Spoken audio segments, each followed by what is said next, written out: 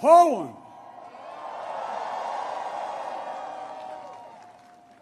One of our great allies, President Duda, Prime Minister, Mr. Mayor, to all the former ministers and presidents, as well as mayors and Polish political leaders from all across the country. Thank you for welcoming back to Poland. You know, it was nearly 1 year ago I spoke at the Royal Castle here in Warsaw, just weeks after Vladimir Putin had unleashed his murderous assault on Ukraine, the largest land war in Europe since World War II had begun. And the principles that have been the cornerstone of peace, prosperity, and stability on this planet for more than 75 years were at risk of being shattered. 1 year ago, the world was bracing for the fall of Kyiv. Well, I've just come from a visit to Kyiv, and I can report Kyiv stands strong. Kyiv stands proud. It stands tall. And most important, it stands free. When Russia invaded, it wasn't just Ukraine being tested. The whole world faced a test for the ages. Europe was being tested. America was being tested. NATO was being tested. All democracies are being tested. And the questions we faced were as simple as they were profound. Would we respond, or would we look the other way? Would we be strong, or would we be weak? All of our allies, would be united or divided? 1 year later, we know the answer. We did respond. We would be strong. We would be united. And the world would not look the other way. We also face fundamental questions about the commitment to the most basic of principles. Would we stand up for the sovereignty of nations? Would we stand up for the right of people to live free from naked aggression? Would we stand up for democracy? 1 year later, we know the answers. Yes, we would stand up for sovereignty, and we did. Yes, we would stand up for the right of people to live free from aggression, and we did. And we would stand up for democracy, and we did. And yesterday, I had the honor to stand with President Zelensky in Kyiv to declare that we will keep standing up for these same things, no matter what.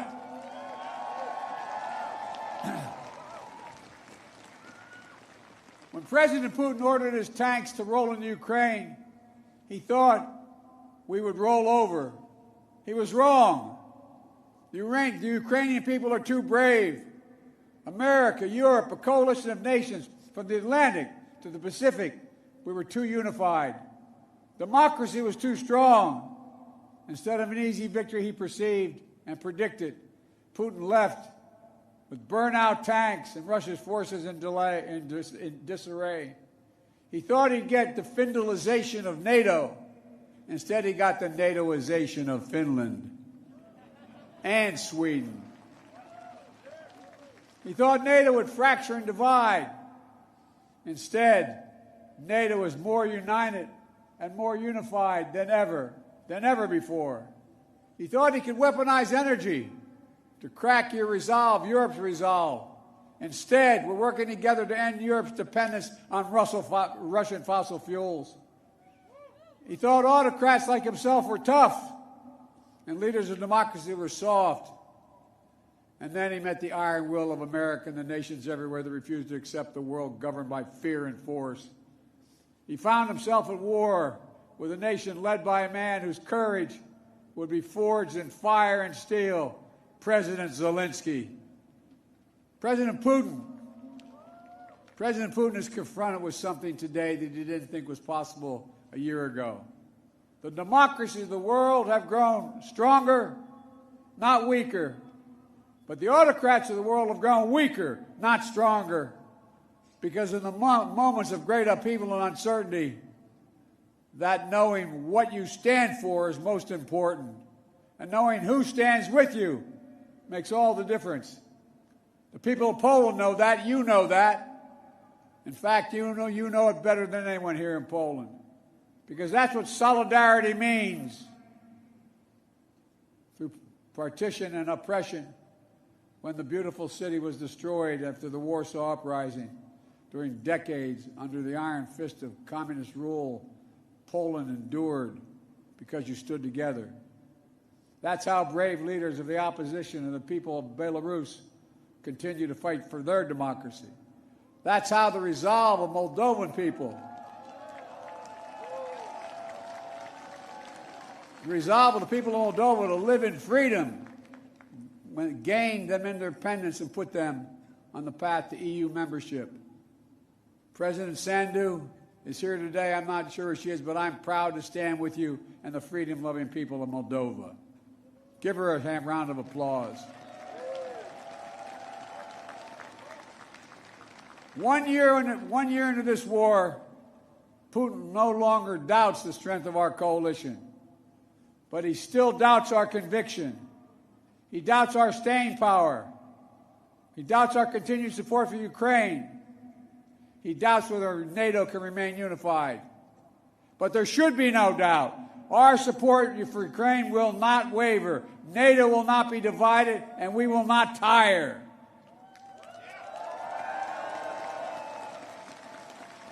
President Putin's craven lust for land and power will fail, and the Ukrainian people's love for their country will prevail. Democracies of the world will stand guard over freedom today, tomorrow, and forever.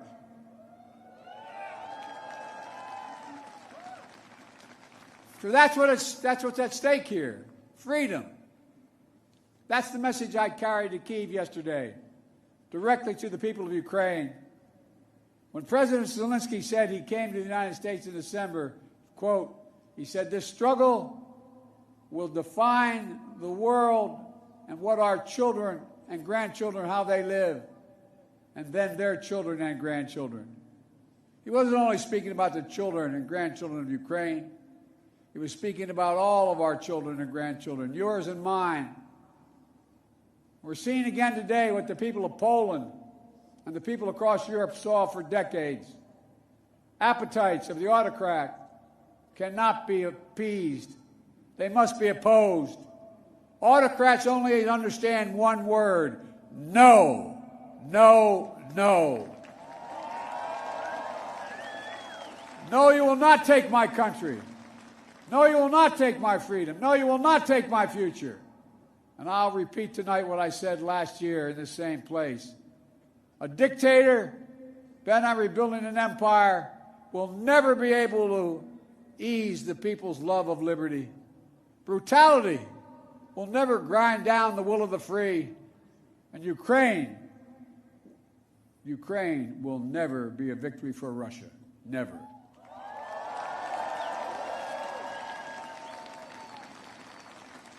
For free people refuse to live in a world of hopelessness and darkness. You know, this has been an extraordinary year in every sense. Extraordinary brutality from Russian forces and mercenaries. They've committed depravities, crimes against humanity, without shame or compunction. They've targeted civilians with death and destruction, used rape as a weapon of war, stolen Ukrainian children in an attempt to steal Ukraine's future, bombed train stations, maternity hospitals, schools and orphanages. No one can turn away their eyes from the atrocities Russia is committing against the Ukrainian people. It's abhorrent. It's abhorrent. But extraordinarily, as well, has been the response of the Ukrainian people and the world. 1 year after the bombs began to fall, Russian tanks rolled into Ukraine. Ukraine is still independent and free.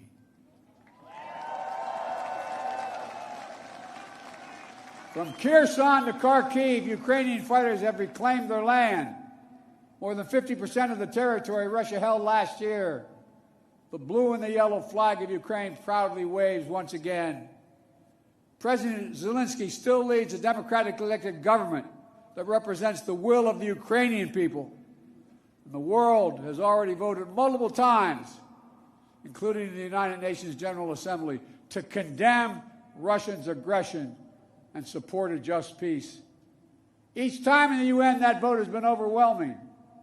In October, 143 nations of the United Nations condemned Russia's illegal annexation. Only four in the entire UN voted with Russia. 4. So tonight, I speak once more to the people of Russia. The United States and the nations of Europe do not seek to control or destroy Russia. The West was not plotting to attack Russia, as Putin said today. And millions of Russian citizens who only want to live in peace with their neighbors are not the enemy. This war was never a necessity. It's a tragedy. President Putin chose this war. Every day the war continues is his choice. He could end the war with a word. It's simple. If Russia stopped invading Ukraine, it would end the war. If Ukraine stopped defending itself against Russia, it would be the end of Ukraine.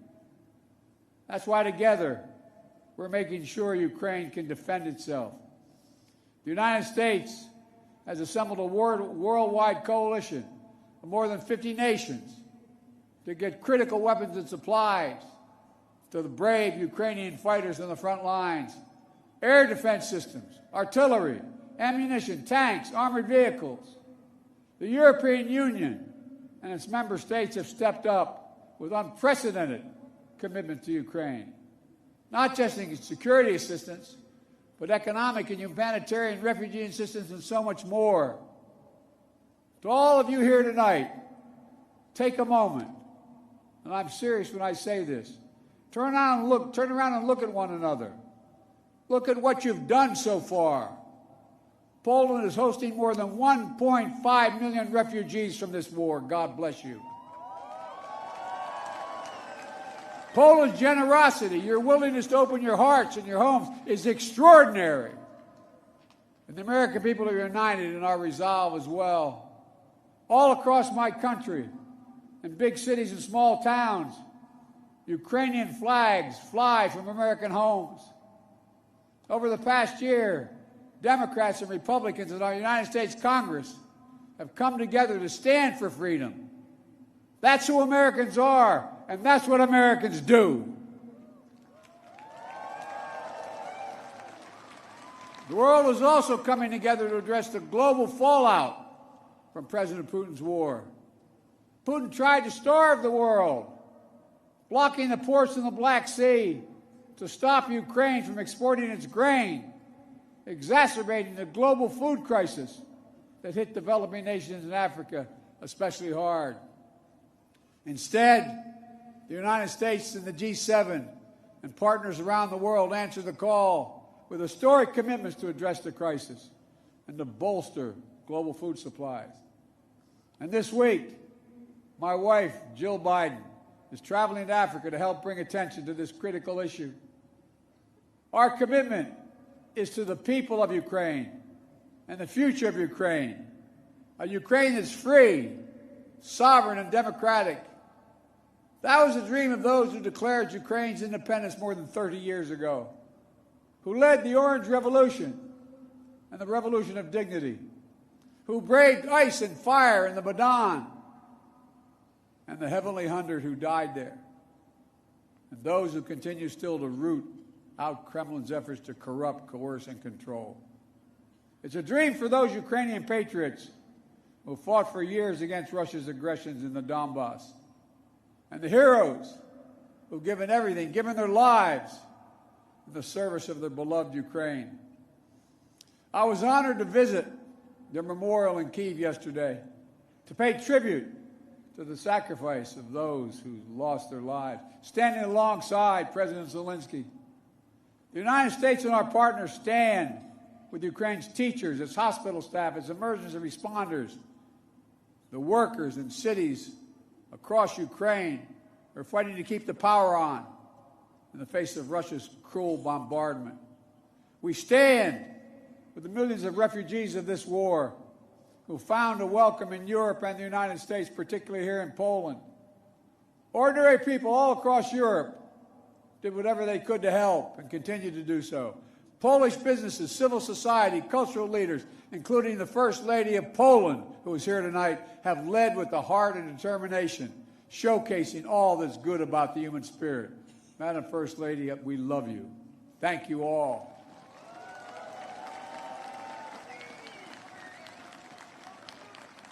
I'll never forget last year visiting with refugees from Ukraine who had just arrived in Warsaw, seeing their faces, exhausted and afraid, holding their children so close, worrying they might never see their fathers, their husbands, their brothers, their sisters again. In that darkest moment of their lives, you, the people of Poland, offered them safety and light. You embraced them. You literally embraced them. I watched the looks on their faces. Meanwhile, together we made sure that Russia is paying the price for its abuses. We continue to maintain the largest sanction regime ever imposed in any country in history. And we're going to announce more sanctions this week together with our partners. We'll hold accountable those who are responsible for this war, and we'll seek justice for the war crimes and crimes against humanity continuing to be committed by the Russians. You know, there is much for us to be proud of over all that we have achieved together this past year. But we have to be honest and clear-eyed as we look at the year ahead. The defense of freedom is not the work of a day or of a year. It's always difficult. It's always important. As Ukraine continues to defend itself against the Russian onslaught and launch counteroffensive of its own, there will continue to be hard and very bitter days, victories and tragedies. But Ukraine is steel for the fight ahead. And the United States, together with our allies and partners, are going to continue to have Ukraine's back as it defends itself. Next year, I will host every member of NATO for our 2024 summit in the United States. Together, we'll celebrate the 75th anniversary of the strongest defensive alliance in the history of the world, NATO. And let there be no doubt, the commitment of the United States to our NATO alliance and Article 5 is rock solid. And every member of NATO knows it, and Russia knows it as well. An attack against one is an attack against all. It's a sacred oath. Sacred oath to defend every inch of NATO territory. Over the past year, the United States has come together with our allies and partners in an extraordinary coalition to stand against Russian aggression. But the work in front of us is not just what we're against. It's about what we're for. What kind of world do we want to build? We need to take the strength and capacity of this coalition and apply it to lifting up the lives of people everywhere, improving health, growing prosperity, preserving the planet, building peace and security, treating everyone with dignity and respect. That's our responsibility. The democracies of the world have to deliver it for our people. As we gather tonight, the world, in my view, is at an inflection point. The decisions we make over the next 5 years or so are going to determine and shape our lives for decades to come. That's true for Americans. That's true for the people of the world. And while decisions are ours to make now, the principles and the stakes are eternal. The choice between chaos and stability, between building and destroying, between hope and fear, between democracy that lifts up the human spirit and the brutal hand of the dictator who crushes it, between nothing less than limitation and possibilities, the kind of possibilities that come when people who live not in captivity but in freedom. Freedom. Freedom. There is no sweeter word than freedom. There is no nobler goal than freedom. There's no higher aspiration than freedom. Americans know that, and you know it. And all that we do now must be done so our children and grandchildren will know it as well. Freedom. The enemy of the tyrant and the hope of the brave and the truth of the ages. Freedom. Stand with us. We will stand with you. Let us move forward with faith and conviction and with an abiding commitment to be allies, not of darkness but of light, not of oppression but of liberation, not of captivity but, yes, of freedom. May God bless you all. May God protect our troops. And may God bless the heroes of Ukraine and all those who defend freedom around the world. Thank you, Poland. Thank you, thank you, thank you for what you're doing. God bless you all.